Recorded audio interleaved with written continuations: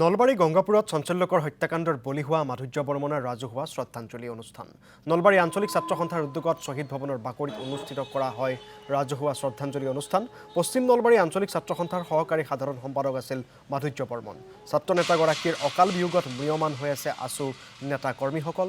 শ্ৰদ্ধাঞ্জলি অনুষ্ঠানৰ লগত সংগতি ৰাখি এইদৰে নাগাৰা নাম প্ৰদৰ্শন কৰা হয়।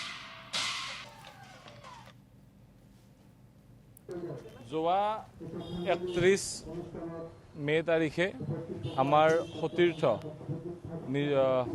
পশ্চিম নলবাৰী আঞ্চলিক ছাত্ৰ সন্থাৰ সহকাৰী সাধাৰণ সম্পাদক মাধুৰ্য বৰ্মনে নিজৰ ভগ্নীক বচাবলৈ গৈ তেখেতে প্ৰাণ হেৰুৱাবলগীয়া হ'ল। আৰু এই ঘটনাটোত আমি ছাত্ৰ সন্থাৰ পৰিয়ালবৰ্গ অতি দুখ পাইছোঁ, হতাহত হৈছিলোঁ।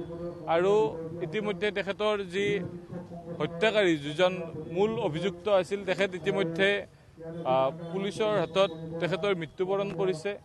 আৰু আজি আমি তেখেতৰ শ্ৰদ্ধা জনাই আমাৰ সতীৰ্থগৰাকী মাধুৰ্য বৰ্মনৰ প্ৰতি শ্ৰদ্ধা জনাই আমি শ্ৰদ্ধাঞ্জলি অনুষ্ঠানৰ আয়োজন কৰিছোঁ নলবাৰী আঞ্চলিক ছাত্ৰ সন্থাই।